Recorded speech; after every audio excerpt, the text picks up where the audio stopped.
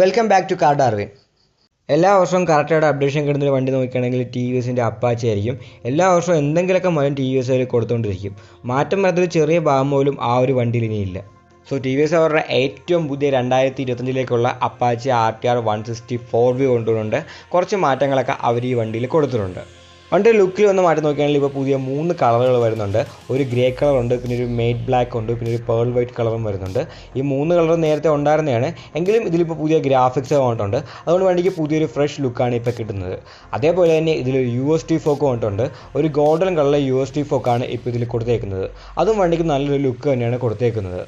ഇതൊരു 37mm USD ഫോക്കാണ്. ഇത് ലുക്കിൽ മാത്രമല്ല, ഈ ഒരു പുതിയ USD ഫോക്ക് വന്നപ്പോഴത്തേക്കും വണ്ടിയുടെ റൈഡും കുറച്ചുകൂടെ ഇമ്പ്രൂവ് ആയെന്നാണ് പറയുന്നത്. ഹാൻഡ്ലിംഗ് കുറച്ചുകൂടെ ഇമ്പ്രൂവ് ആകുമെന്ന് അവർ പറയുന്നുണ്ട്. പിന്നെ വണ്ടി ഇപ്പോൾ മൊത്തം 8 വേരിയൻസിൽ അവൈലബിൾ ആണ്. വണ്ടിയുടെ പ്രൈസ് സ്റ്റാർട്ട് ചെയ്യുന്നത് 1.24 ലാക്കാണ്. 1.24 ലാക്കിൽ നമുക്ക് പുറകിൽ ഡ്രം ബ്രേക്കും ഫ്രണ്ടിൽ ഡിസ്ക് ബ്രേക്കും വരുന്നത് സിംഗിൾ ഡിസ്കുള്ള മോഡലാണ്. ഇനി ഏറ്റവും കൂടിയ 1.39 ലാക്കിൻ്റെ മോഡൽ നോക്കുകയാണെങ്കിൽ അതിലാണ് നമുക്ക് ആ ഒരു USD ഫോക്കും കാര്യങ്ങളൊക്കെ കിട്ടുന്നത്. ബാക്കി കാര്യങ്ങളൊന്നും ഒരു മാറ്റവും വേണ്ടില്ല, എല്ലാം പഴയ പോലെ തന്നെയാണ്. ഇൻസ്ട്രുമെൻറ്റ്സ് നോക്കുകയാണെങ്കിൽ ആ ഒരു പഴയത് തന്നെയാണ്. അതേപോലെ തന്നെ 3 റൈഡ് മോഡ്സ് വരുന്നുണ്ട്. റെയിൻ, സ്പോർട്ട്, അർബൻ, അങ്ങനെ 3 റൈഡ് മോഡുകൾ വരുന്നുണ്ട്. ഈ റൈഡ് മോഡുകൾ മാറുന്നതനുസരിച്ചുള്ള പവറിലും ബ്രേക്കിങ്ങിലൊക്കെ വ്യത്യാസം വരുന്നതാണ്. അതേപോലെ തന്നെ എഞ്ചിനിലും യാതൊരുവിധ മാറ്റവും ഉണ്ടില്ല. ആ ഒരു പഴയ 159.7 cc air and oil cooled എഞ്ചിനാണ്. 17.55 PS ആണ് മാക്സിമം പവർ എന്ന് പറയുന്നത്. അതേപോലെ തന്നെ 14.7 Nm ടോർക്കും ഈ ഒരു എഞ്ചിൻ പ്രൊഡ്യൂസ് ചെയ്യുന്നുണ്ട്.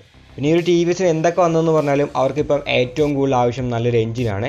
എല്ലാ കമ്പനികളും ലിക്വിഡ് കൂടെയുള്ള നല്ല പവർഫുള്ളായ എഞ്ചിനുകൾ 200 cc വണ്ടികളിലെ കൊണ്ടുവന്ന് തുടങ്ങി. അപ്പം നമ്മുടെ അപ്പാച്ചയ്ക്കും അല്ലെങ്കിൽ നമ്മുടെ ടി വി എസിനും ഇതേപോലെ നല്ലപോലെ പവർഫുള്ളായ ഒരു 200 cc എഞ്ചിനോ അല്ലെങ്കിൽ ഒരു 150 cc എഞ്ചിനോ നല്ലപോലെ തന്നെ ആവശ്യകത ഇപ്പോൾ കൂടിയിരിക്കുകയാണ്. വളരെ അനിവാര്യമായ ഒരു കാര്യമാണ് അങ്ങനത്തെ എഞ്ചിൻ. ഈ ഒരു വീഡിയോ ഇഷ്ടപ്പെട്ടെങ്കിൽ ലൈക്ക് ചെയ്യുക, നിങ്ങളുടെ അഭിപ്രായങ്ങൾ കമൻറ്റുകൾ രേഖപ്പെടുത്തുക. ഇനി ഇതേപോലത്തെ വീഡിയോകൾ കാണാൻ ദയവായി ചാനൽ സബ്സ്ക്രൈബ് ചെയ്യുക, ബെൽ ഐക്കൺ കൂടി എനേബിൾ ചെയ്യുക. പുതിയൊരു വീഡിയോയുമായി ഉടനെ കാണാം.